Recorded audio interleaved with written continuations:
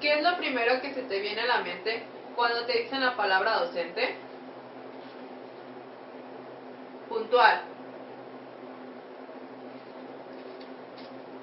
Responsable.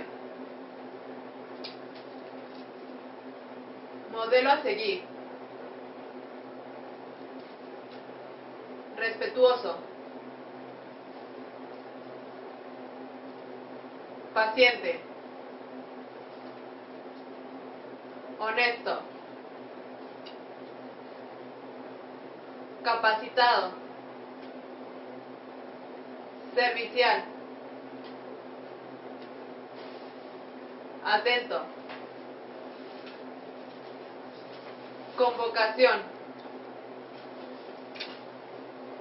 Al docente perfecto nunca podremos terminar de describirlo. Los docentes tienen que adquirir un cuerpo de conocimientos y habilidades durante un periodo de formación, desde que entran a la normal hasta que dejan de estar en el ámbito laboral, ya que basándose en la experiencia y en los cambios radicales de la sociedad, se van formando y capacitando para cumplir las expectativas de la sociedad. Claro, todo depende del contexto social y económico en el que se desenvuelve el profesor. Las instituciones que se encargan de formar al docente deben de tener profesores bien preparados, así como también docentes en formación con un tutor. Los docentes en formación deberán de desarrollar 3 características: sistemática, analítica y reflexiva durante toda su formación. Sistemática porque deben de seguir un plan específico para su formación. Reflexiva porque deben de reflexionar y puedan adaptarse a las situaciones en las que presentan en el contexto en el que se están realizando las prácticas. La analítica porque los profesores orientan a los docentes a analizar e informar sobre las dificultades y logros de las experiencias que vivan. Espera, Evelyn, recuerda que no solo esos problemas han investigado, y para mí existen 3 problemas muy importantes. No cuentan con buena capacitación para impartir conocimientos de forma adecuada, no tienen experiencia frente al grupo y no tienen habilidades para el manejo de las TICs. Para solucionar estos problemas existen organizaciones como la OSD que en conjunto con el gobierno afrontan los retos económicos, sociales y medioambientales con los que el país se enfrenta ahora y en un posible futuro. Claro, esta organización ofrece un marco en el que puedan comparar sus experiencias, problemas en común, identificar buenas prácticas y trabajar en el problema. En la búsqueda de estos problemas, la OSD propuso una serie de estrategias para mejorar el desempeño de las escuelas, que si las comparamos con el Plan Nacional de Desarrollo, nos damos cuenta que existen estrategias en común. Una de ellas son: 1. Mejorar el desarrollo profesional. 2. Evaluar para ayudar a mejorar. Y 3. Fortalecer la formación. La 1, que es mejorar el desarrollo profesional, es decir, diversificarse y hacer más coherente y relevante para las necesidades de las escuelas. La 2, evaluar para ayudar a mejorar, teniendo un sistema de evaluación docente basándose en estándares. Y 3, fortalecer la formación, es decir, establecer un programa de estándares rigurosos para acreditar a todas las normales y además instituciones de formación inicial. Gracias a esta, la OSD puso unas estrategias en común con el Plan Nacional de Desarrollo. Se crearon las políticas educativas. Una de las políticas es la reforma educativa. Esta, con el paso de los años, se ha ido modificando hasta llegar a impulsar y construir una mejor educación de calidad para mejorar la sociedad. Como hemos analizado en los aspectos anteriores, se han hecho cambios para formar buenos docentes y estos puedan ser seleccionados para la adquisición de una plaza, así permanecer dentro del campo laboral A continuación les mostraremos lo que influye para la selección del docente. Los mecanismos que los países usan para la selección y contratación de docentes, junto con las políticas que rigen sus condiciones de empleo, tienen implicaciones muy importantes para la calidad educativa. Las políticas educativas deben asegurar que se seleccione a los mejores docentes, disponibles para ser contratados. Así como podemos observarlo en el Plan Nacional de Desarrollo, una de las acciones que espera cumplir el gobierno es fortalecer los procesos de formación inicial y selección de docentes. Uno de esos mecanismos de selección utilizados en México es el examen de oposición, el cual se realiza cada año con el fin de otorgar plazas a los docentes mejor calificados. Si bien los exámenes de oposición de ingreso son considerados como importantes controles de calidad, dejan mucho que desear, ya que por lo general no están enmarcados en términos de lo que los docentes deberían de saber o ser capaces de hacer como profesionales competentes.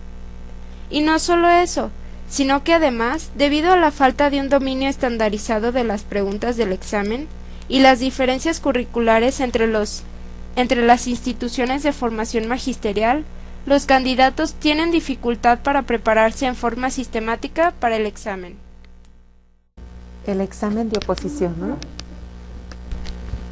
Se refiere a que todos los maestros que quieran aspirar a una plaza tienen que presentar un examen y de ahí se hace una evaluación y de ahí se selecciona las mejores calificaciones para poderles otorgar su base.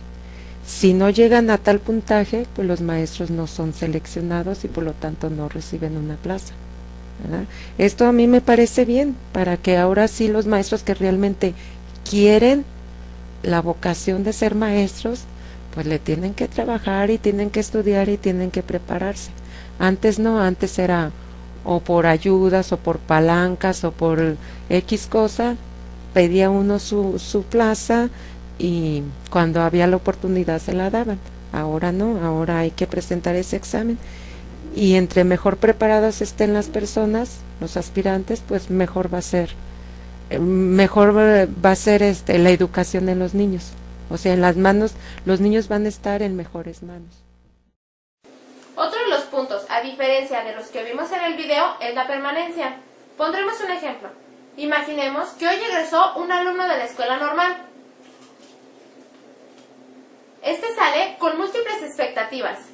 Al entrar al campo laboral, se vuelve en desilusión al llegar al aula. El sistema educativo recomienda y requiere que el docente tenga un alto grado de capacidad de actuación, reflexión y adaptabilidad a las situaciones conflictivas y cambiantes dentro del aula y el contexto en el que se encuentre. Es decir, que el docente tenga conocimiento de esto, ya que es una problemática dentro de las escuelas. El docente debe saber y saber hacer. Claro, sobre esta problemática, la OSD propone una serie de recomendaciones para la mejora de la permanencia dentro del salón. Ellos proponen una serie de estímulos monetarios y no monetarios para el docente. No obstante, independientemente de las recompensas y consecuencias de esta problemática, la importancia está en los alumnos y que estos muestren niveles satisfactorios de crecimiento.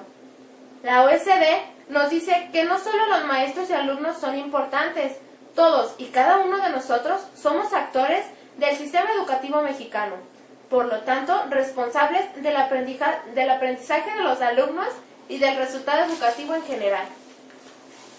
Ahorita les mostraremos un video como el que acaban de ver hace unos momentos.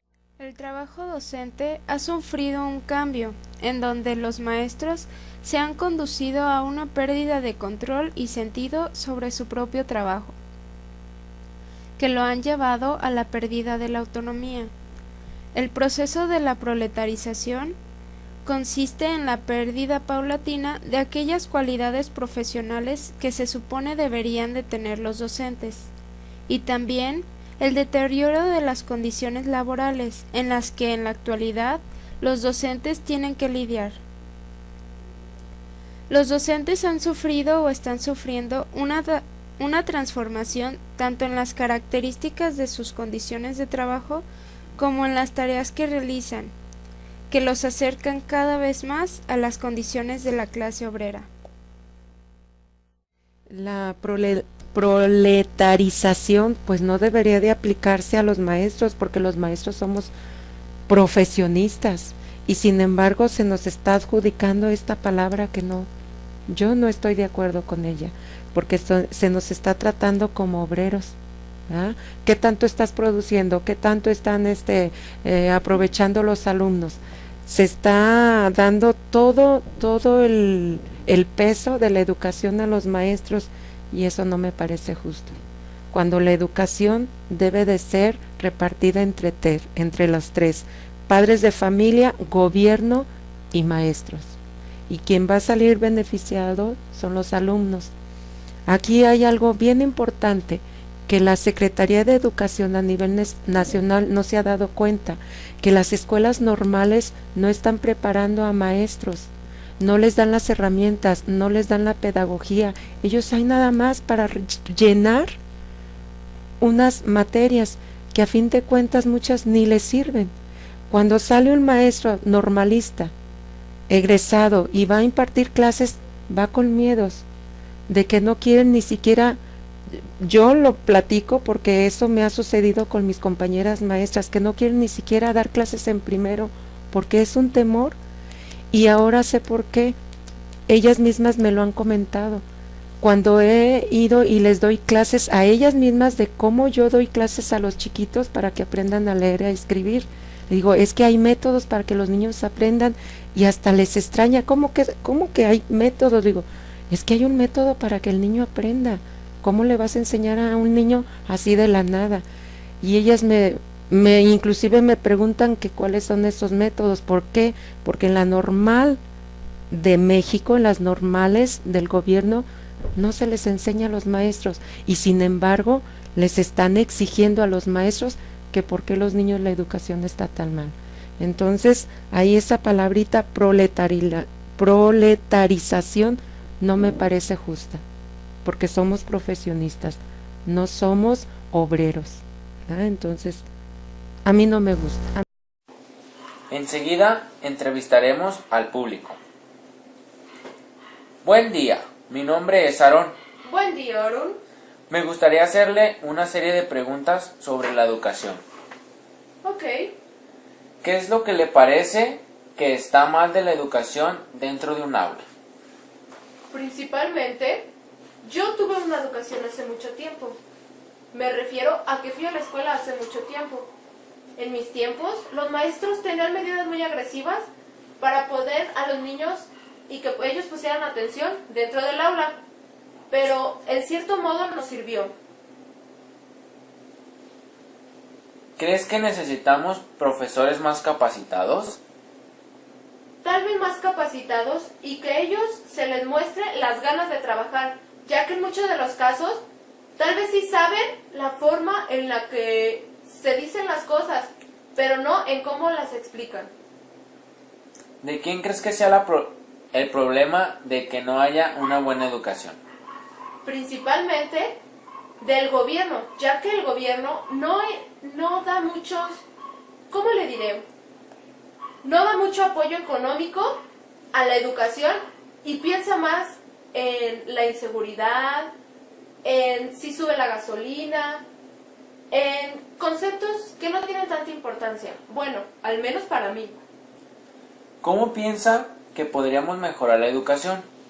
Claro, que el gobierno le tome más importancia y digamos que tengan más escuelas, y las escuelas estén bien construidas.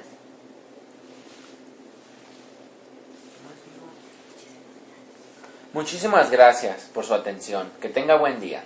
De nada.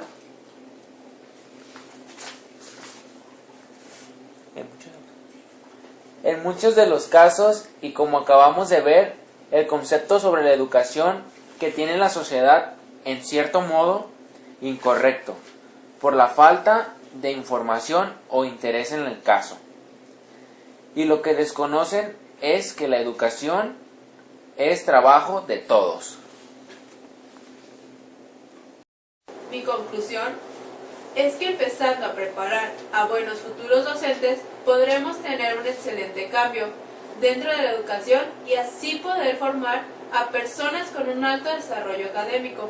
Además, permitir que nos puedan evaluar para que así nosotros como maestros podamos crecer más y más. Y con esto vean que nosotros somos merecedores del lugar que estamos ocupando dentro de la educación. También me parece bueno estar analizando el Plan de Desarrollo Nacional junto con la reforma educativa para informarme cómo el gobierno y la sociedad requieren que sea la educación y así poder contribuir a mejorar la educación y que sea de excelente calidad. ¿Y tú, Ashanti, con qué concluyes?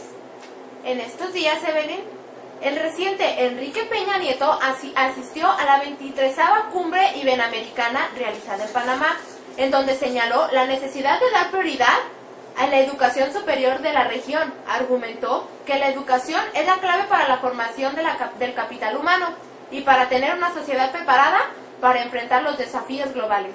Invitó a construir un espacio iberoamericano que facilite la circulación académica mediante el reconocimiento integral de títulos.